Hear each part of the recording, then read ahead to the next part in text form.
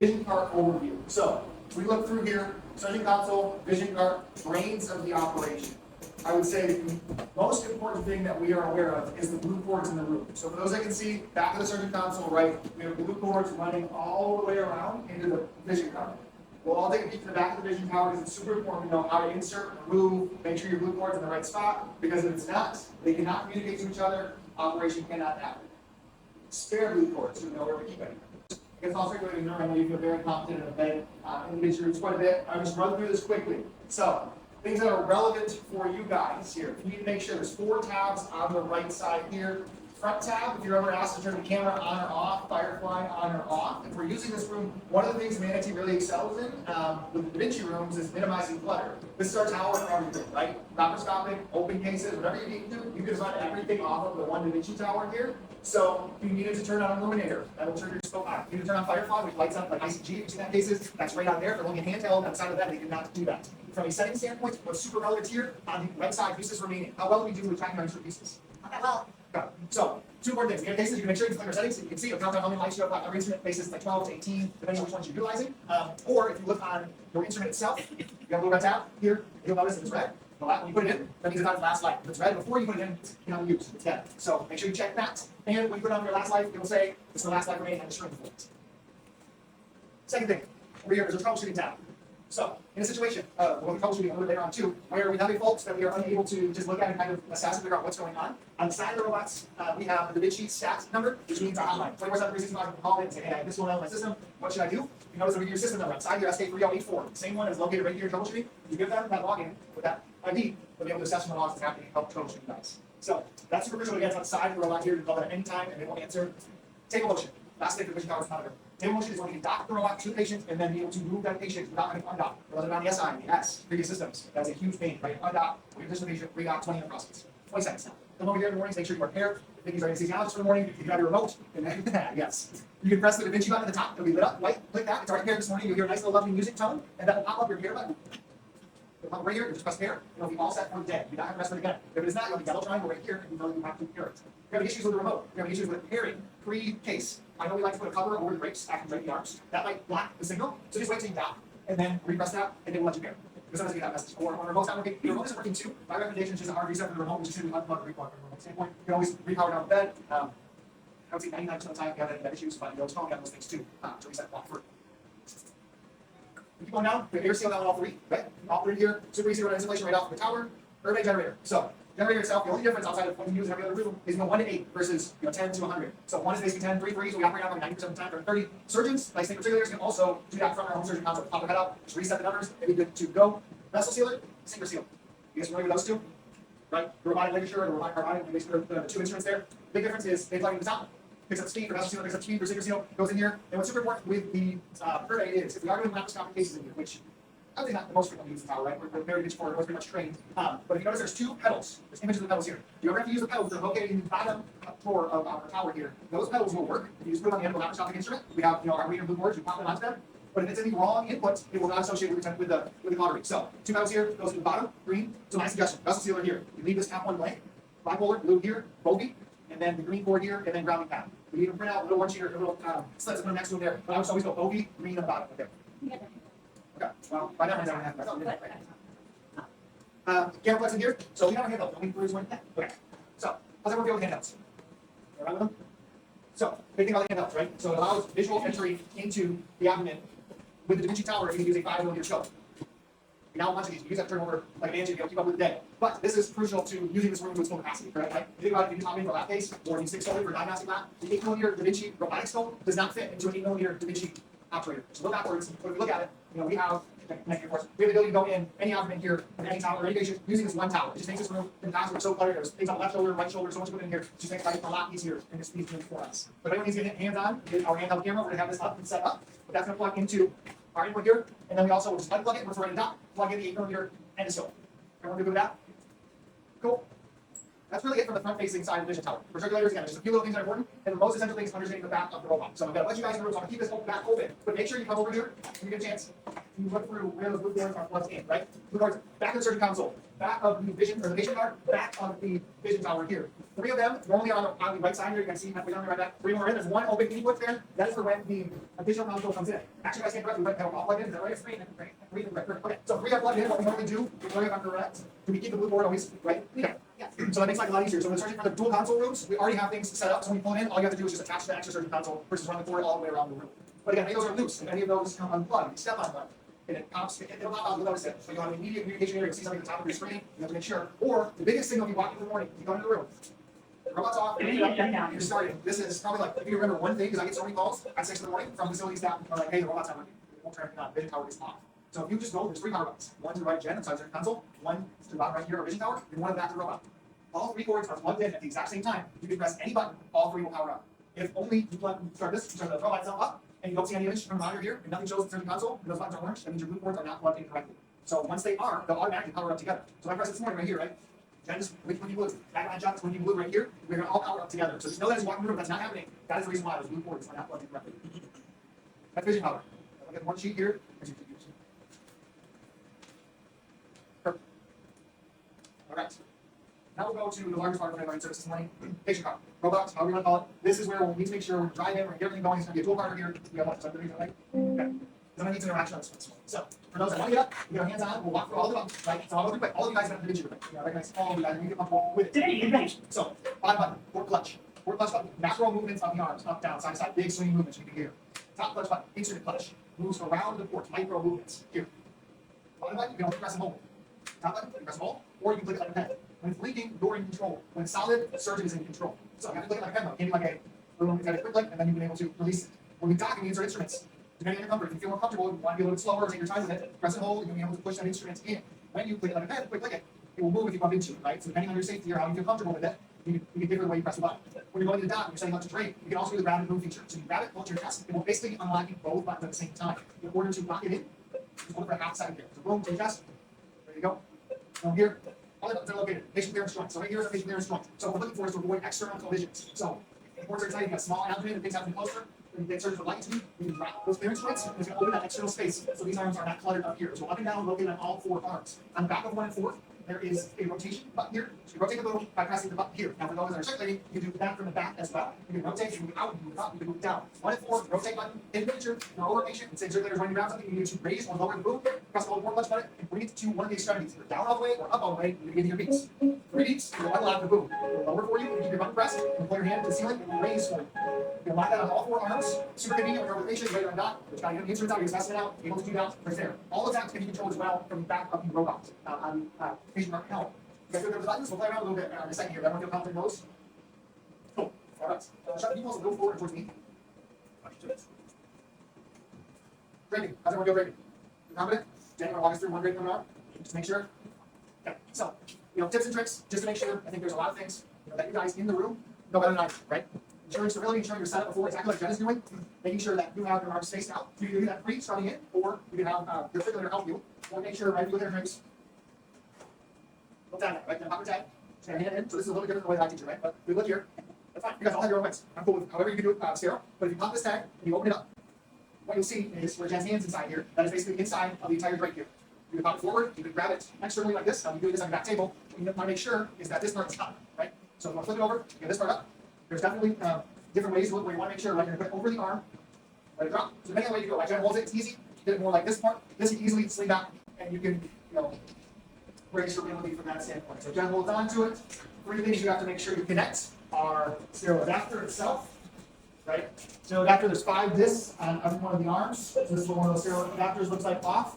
Put it on, and make sure you click it on. You'll hear that tone when you click it. So Jen, you pop it off in a second, and then put it back on. You'll hear that tone, right? There's a tone that, you put that on, so you go through a little self-test. All of those discs are moving. If that is not correctly put on, you'll notice it when you go to dock an instrument. The instruments cannot dock if the drapes are not put on correctly. So at this point, Jen, you keep going. Yep, she's already put on the back portion. So if you look, this part will click in, it protects. Little button on the back here. It's best in practice as you're doing here. So when you put this down, it'll give you a little bit less slack from that standpoint. All right. The last other thing that we have to click in is the adapter on the bottom. That adapter can put on before or can put on again. Start with the hand pouches, right? There's hand pouches on both sides. There's little hand figurines, you can see them right here. You'll work your way up the arms. Magnets on both sides. Magnets, magnet 1, magnet 2. Put them on right there, and we'll keep it up in place. And then basically we treat it above the green line. It's unsterile. Below the green line, good to go for those that are scrubbed in. If the circulator needs help, put it on. You grab above the green line to make sure you're on. And then Jen works your way back. And we'll lock in the sterile adapter here, click it into place. All 4 arms will be draped out. Column drapes, we don't really use that here, right? Okay. We do? Perfect. Cool. So column drape will go, there's 1 magnet between 2 and 3 here on the column itself. These 2 little trifold, boom, boom, boom. Before you can grab them too, but draping from that standpoint. Stapler. How do you guys feel about the stapler? You all right? We use a lot of stapling here with our cases, right? Sleeves use 7, 8 fires. Yeah, we can get hands on with it here, for sure. We've got reloads, everything that we can do. So, from a reload standpoint, 4 colors. White, blue, green, black goes up in frequency, or up in thickness. White, vascular fires. Blue, I'd say maybe like stomach eating. Even white used on the stomach. What's a little bit different, and surgeons are starting to use it to the degree that it can be, is the Da Vinci stapler pretty much has a computer between its jaws. It memorizes or works through the thickness of the tissue and gives that correspondence back to the surgeon console. There's going to be times where the stapler cannot properly clamp. There's going to be times where it starts its fire and stops, and then continues it going. And there's times where it completely cannot even clamp, and you have to up your size. All that messaging is shown to the surgeon at the console. They will be good to go with what they need from 3 different staplers. We have the 60, the 45, and the 30. 60 and 45 are Sureform. Sureform means it is the newest, I guess, or the latest generation of the staplers. You guys do not have to put the sheath on the Sureforms. So the sheath is already on. It's over here. From the stapler sheath standpoint, it will only go on the 30. And that's the larger one here. 30s will probably be only used in thoracic cases. A thoracic case, a little bit of time, there could be more coming up, I'm unsure of that. But 30s are pretty much only used in the thoracic cases. That will require the sheath, and those ones have everything but the black. So white, blue, green, we would use for the 30s. You can set up some time to probably put on reloads or remove. The 30, yeah, good difference. Good call. 30, do not toss out the 30s. 30s can be reused. They have lives.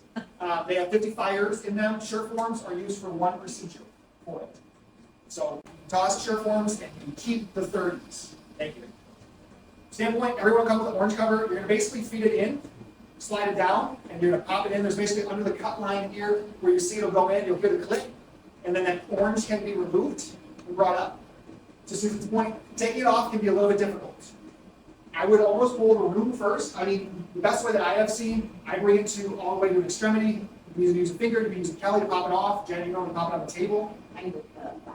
Okay, so you cover your hand in the lap and then work it off, right? So you pop it off, a little bit loose here now, get it off. It's not, without getting it wet, I would say it's not the easiest sometimes with a wet lap or something to hold on to. But the best little trick I would say is just making sure you bring it to one of its extremities. It will help at that point give you a little like leverage to pop it off versus trying to wiggle it and straight up. I do see people as well kind of pop that end off the table. It's your comfort level, but I think the lap covering it and pushing it, or if you really need it to, you can probably put a Kelly on the end and work yourself off the angle. For getting a little bit wet, and after you take off the reload, make sure that you rinse it in saline and then put the next fire on. Just because sometimes those staples get caught in the jaws. Typical procedure, rinse it in water. Rinse it in water, and then pop the next reload on. I have a bunch of reloads here. We can play through as much as we would like for it, but stapler is probably the one thing that I feel can be a little bit uncomfortable, and that's totally fine. And I'm ensuring, if we're doing weekends, right, we're making sure that the surgeons feel completely comfortable with their hands on, for staplers too, right? It's super important that the way that has this been portrayed to get into nights and weekends is the surgeons need to know both of the roles. So they need to know how to circulate, they need to know how to scrub in, they need to know how to dock, drive, whatever it is, because they're as much in the lead of doing this with the Da Vinci than they are, any other case. So they need to make sure their education with staplers, they will get their hands on too. So I'm going to start driving in. On the back of the patient card, most important things, right? Proper care of core management. when you're driving in, you drop it, just make sure you do not drive over it. Victoria's making sure just to do it. We're communicating with staff on the lights. So on the back of the patient card here, you have your anatomy. Depending on how we do it, every facility does it different, every circulator likes to do it different, every surgeon might request something different. You need the ability to select your anatomy. So that's where you're going to be operating. So the options: pelvic, lower abdominal, upper abdominal, renal, and then thoracic. Will be your 2 different thoracic options will be your 6 different ones. You can either select those where you're driving over, or you can move the boom yourself depending on your comfort. I'd say here we're pretty frequent on picking our anatomy before it. So inguinal hernias, hysterectomies, pelvis, and the left or right option, if you're doing an inguinal, it's not like the hernia, which side it's on, it's which side you're driving over the patient. Almost all operations in room 12, we're going to be driving over the patient's right hip. In room 4, that's going to come over the right hip. In room 6, it's going to come over the right hip, right? All 3 of our rooms are super similar in that setup, which is easier for you guys to work through. The option that you could always kind of get by with is renal. If you're not 100% sure, renal is going to shoot it straight out. Just go straight out. You can adjust the boom from there. So the ventral hernia doesn't really give you an answer on where it is because it's kind of center of the body. Renal will push it straight out, and they can adjust the boom if they feel necessary on the bedside or ask you to do that. But there's all those options as you work through them. For a sleeve, a gallbladder, an abdomen, that's going to be upper abdominal. Everything that's up in the abdomen, inguinal hernia, so flip the boom to work up. Just make sure, if all the surgeons at this point know you guys have a lot of repetition of the same cases, so you're going to feel confident in back of the console there. Everyone feel good with joysticks? Move those around. Guys feel cool with that? Perfect. So joysticks are the ability to out, turn, up, down. Or if you need to move joysticks around, you're able to do that. The biggest, I guess, not biggest, one of the watch outs I would say if we could avoid if possible. So, in a situation of a ventral hernia, that's where, almost always the surgeon can get the ports on the patient's left side. But say you're driving in from the right and you have ports on the patient's right. How often do we get that happens here? Do we move the boom to the other side? Okay, then I'm not going to walk through scenario. You would set the robot up or drive from the other side. If there's any time the boom only rotates 180 degrees, so what I was just trying to avoid is just making sure you never over-rotate because it will stop you at 180. You have to go back the entire direction. Just be conscious of that if you ever have to rotate it on itself. That's probably the circulating going through. Matt, can I get you to drive the robot in a second for me? We're going to come over the patient. So I'm going to communicate as if I am with staff. That side. So if we look, right, we have a green laser light. If this is our patient's abdomen, and this is my port, Matt's able to see on the ground the crosshairs, right? Those crosshairs driving into where our camera port is. If you ask that question, just let them know, hey, where am I driving to? They'll make sure, so now you come in, we have our center port right here. Just raise it up, knows what he's doing, right? We're going to come into our camera port. Keep coming, I like to communicate via through the room, not Matt's left, but Matt's right, towards anesthesia, towards the feet. So he's coming in, he's got a good angle here, his laser line right here, going towards me. He's going to hit the bed, perfect. So if he hits the bed, we can push that boom forward, right? So if he's moving towards me, keep coming, beautiful. Awesome. Now you don't have to be dead on. As long as you're within like 5 centimeters, 2 inches, you are good to go. Docking, docking. How do you guys feel docking? Because that's going to probably be the key difference on the weekends. Think about it, right? An assist, a lot of times, will be the one that will help with docking, or the surgeon might even scrub out during day hours, correct? And they'll let you guys, or just the assist, take care of things. Docking is going to be the big difference on the weekends. Docking, inserting instruments, and removing instruments. Those are probably the 3 biggest things that are somewhere of the difference. Now again, if we're doing those with surgeons who feel confident in it, they need to be scrubbing with you, they need to stay and help through that procedure. And that's an expectation that's been set to make sure, because it's not fair for them just to leave if they are not having an assist in the procedure. So, I would say if we're going to get some engagement, you guys are more than welcome to come up here right now, because docking, for those that haven't done it, can be a little finicky at times.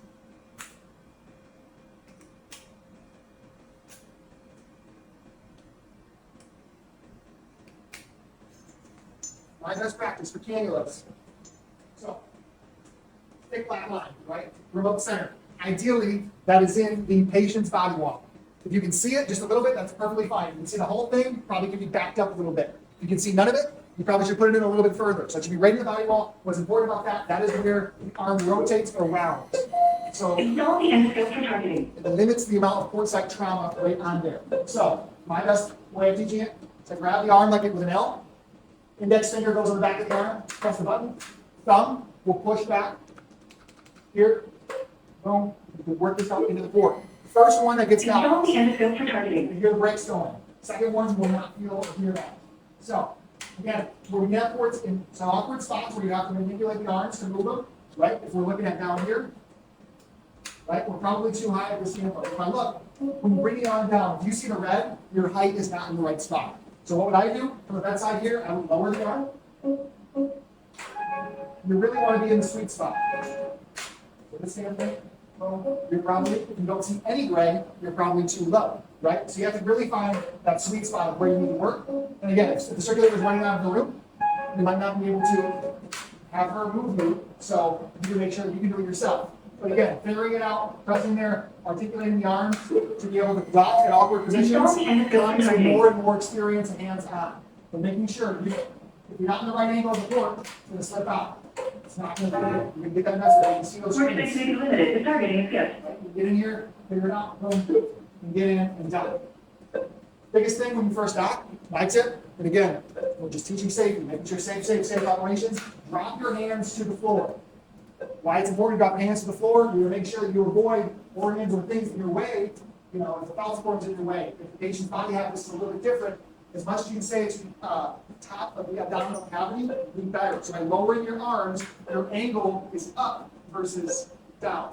Super easy to, click this, you start going in, and you're going to feel a little resistance, right? That means you're likely getting into the fat or something that could be right in front of you. Drop your arms, make sure you're going at an angle that is up and under visualization. So you open up. So.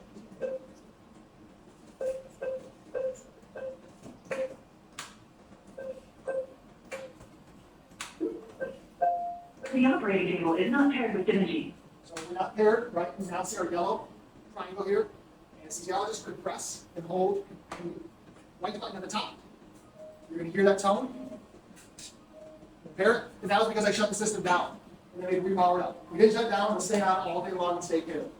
So, typically, 3 to 4 arm operations, you're going to see your endoscope. Talked about earlier, going to be plugged in here. Endoscope docking. Best practice, you're going to be able to throw it under a cord to get it out of your way a little bit, cord management.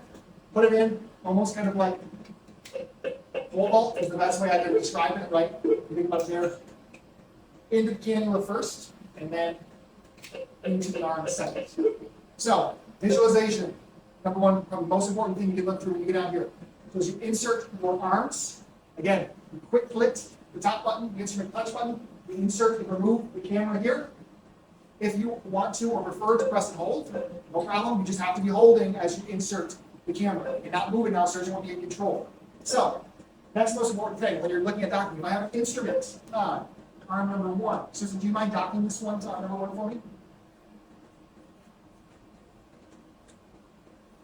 Right, all these arms have discs. It's going to line up to our discs right on there. She pole vaults it in. She gets the drape out of the way because the drape is definitely a little bit finicky. And what you're going to see here is if I'm looking at my camera at this point, I have no idea where Susan's arm is. So, some people that might feel experienced, if they're comfortable, could drop that hand to the floor and insert it under direct without visualization. To me, that's a no-no. Always find that point, especially the first time you're putting it in. And if I clutch number 2, which has the camera in, you see the off-screen indicators. That 1 is lighting up yellow and black on the side of the screen. So what it's telling me is that, in reality, Susan's instrument is basically here. It's to the left of the screen. In order to look left inside the body, I have to point the instrument on here, here, there's Susan's cannula. She can now safely insert the instrument. So she can press, yeah, perfect. Always follow the tips in. Yeah, we'll bring it to the middle. It's that black little button in the middle. Perfect. All right. So same thing. You'd then probably be working with an assist. So if Susan took control of number 2, the camera here, and she came and found my arm number 3. Okay. So if you ever have an expired instrument, boom, it'll pop you up with a message. I'll pop this off. Put the new one on.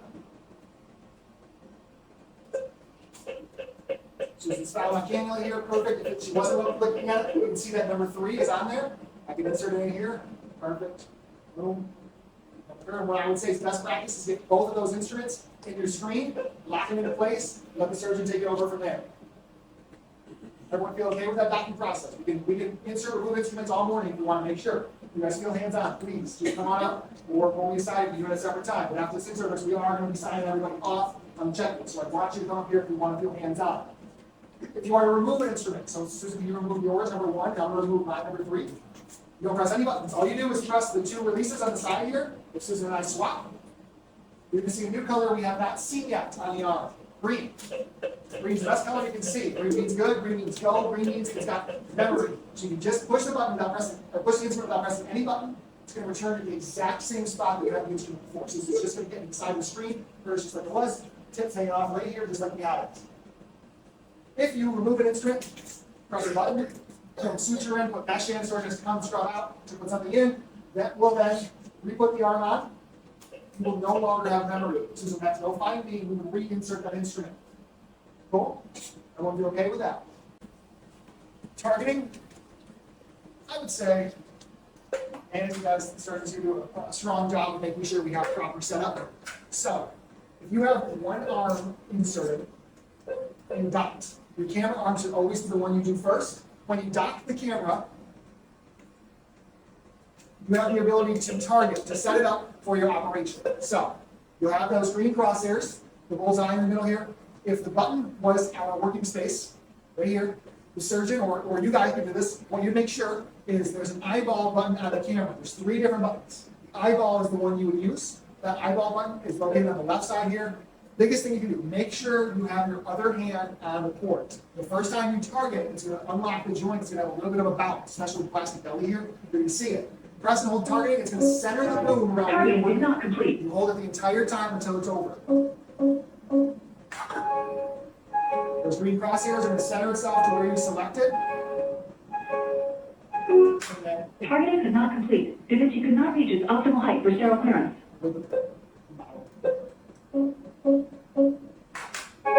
Targeting complete. So when the patient Stop is the remaining arms. more at that height issue, but if you moved it over to the side, and I targeted over here, the boom would rotate this way. So it basically just corrects itself with your setup, ensures you're 100% in the right location for where your ports should be. That would be targeting. What? Yeah, so I just moved it now. So I did not target the first time. I skipped it. Yep. And you are okay to skip.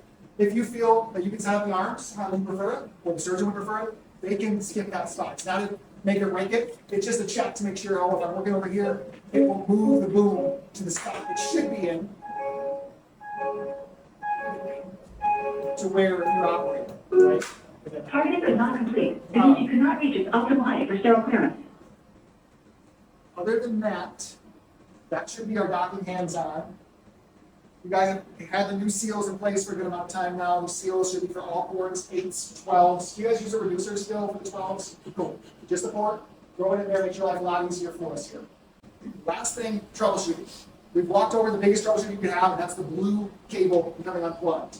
Almost always when you have some type of fault, by moving an arm from having doing this, but if you move the arm, it runs into an unexpected. If something was to give you a yellow or amber colored light, that's one of our recoverable faults. Amber, yellow, that's a good color to see. What it will do is show you the message on the screen of what's happening.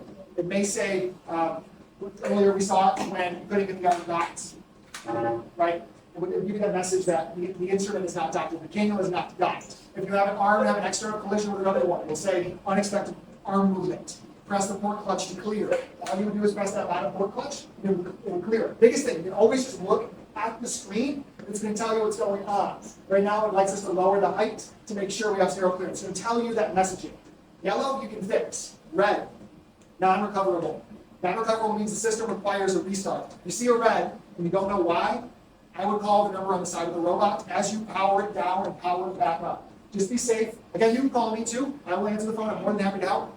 A lot of times I'm going to tag in DV Stat 2 to help us walk through because I might not know what's going on in the back end. But you see that red, it requires a restart. Surgeons ask, a lot of them will want to undock, remove instruments. The robot knows you're docked. It will not, you do not have to remove or undock anything. It will stay in the exact same position the whole time. The instruments will not move. You can safely turn it off, turn it back on, and you are good to go if that clears the message. I would still, though, red, call that number to make sure. A lot of times, could be the blue board, could be power went out. If the power does go out or you're not plugged in, this should be plugged in all the time. If it becomes unplugged, it will let you know. We have what we say is 5 minutes to make sure you get that plugged in. We'll probably run a little bit longer than that, but just make sure you're plugged in and make sure you understand that it will let you know where the message is, what's going on for recoverable faults. Last thing, the keys. We have the keys. All rooms, release keys should be known where they are. Release key. So, you're using a bipolar instrument. Let's say you have the Maryland in, and for some reason, the instrument acts up while it's inside the patient. If it's on tissue and you cannot safely remove the instrument, you're going to want to crank open the jaws. So, you'll notice here, it will show you as a little input button, and on the release keys, there's step-by-step instructions. Two different versions of that. There's the stapler one, and there's the instrument one. Instrument one, smaller, fits in there, and it'll just be kind of short steps. It'll crank open the jaws. You can then safely remove from there. From the stapler standpoint, it's a little bit more intense. Now, this is only when you use the 30 stapler.